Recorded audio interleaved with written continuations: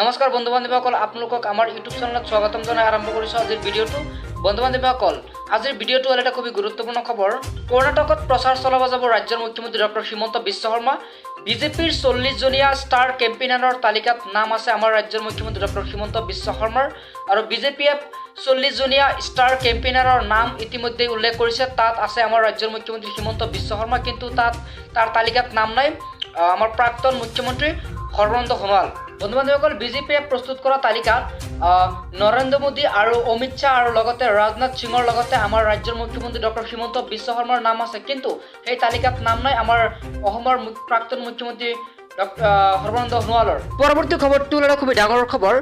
শিৱসাগৰত নিশা ধুমুহাই চলালে তাণ্ডৱ, তছনছ কৰিলে বহু পৰিয়ালৰ ঘৰ দুৱাৰ। যোগ্য যে যোৱা নিশা ৰাজ্যৰ বিভিন্ন প্ৰান্তত ধুমুহা শিলা বৃষ্টিয়ে বিস্তৰ ক্ষতিসাধন কৰে। বিভিন্ন স্থানত ধুমুহা বৰষুণৰ ফলত বাতিল কৰিবলগীয়া হৈছে বিহুৰ অনুষ্ঠান। নলবাৰীত ধুমুহাই ভাঙি পেলালে বিহুৰ মঞ্চ।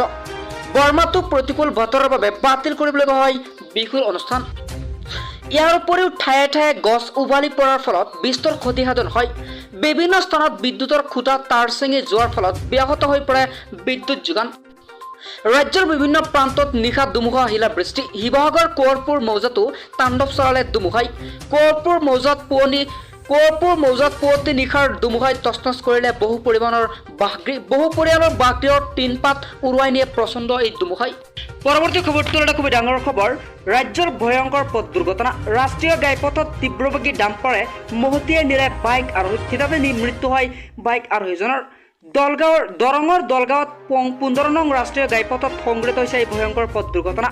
থিতাতে নিহত হয় এজন লোক। জানিব পৰা অনুসৰি তীব্ৰবেগী ডাম্পাৰে মহতিয়াই নিলে বাইক আৰোহীজনক।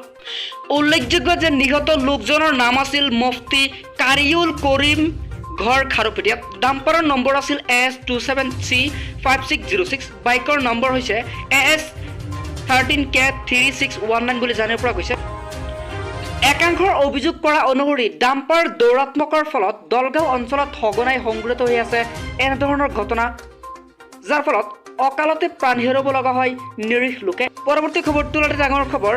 লাহোৱালত প্ৰচণ্ড ধুমুহা। প্ৰকাণ্ড গছ উভালি পৰি ঘৰত এগৰাকী মহিলাৰ মৃত্যু হৈছে। ধুমুহাৰ সময়ত মহিলাগৰাকী নিজৰ ঘৰৰ ভিতৰতে আছিল যদিও এজোপা গছ আহি তেওঁৰ ঘৰৰ ওপৰত পৰি যোৱাৰ ফলত এই কৰুণ ঘটনাটো সংঘটিত হয়। মহিলাগৰাকীৰ মৃত্যু হোৱাৰ লগতে ঘৰটো সম্পূৰ্ণৰূপে ধ্বংস হৈ যায়।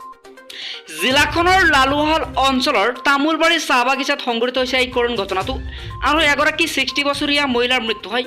বুধবাৰে পুৱতি নিশা উজনি অসমৰ ডিব্ৰুগড় জিলাত অহা প্ৰচণ্ড ধুমুহাত এজোপা বৃহৎ গছ উভালি পৰাৰ ফলত এগৰাকী বৃদ্ধাৰ মৃত্যু হোৱাৰ খবৰ পৰিছে। সেইজন হ'ল 60 বছৰীয়া বৃদ্ধা।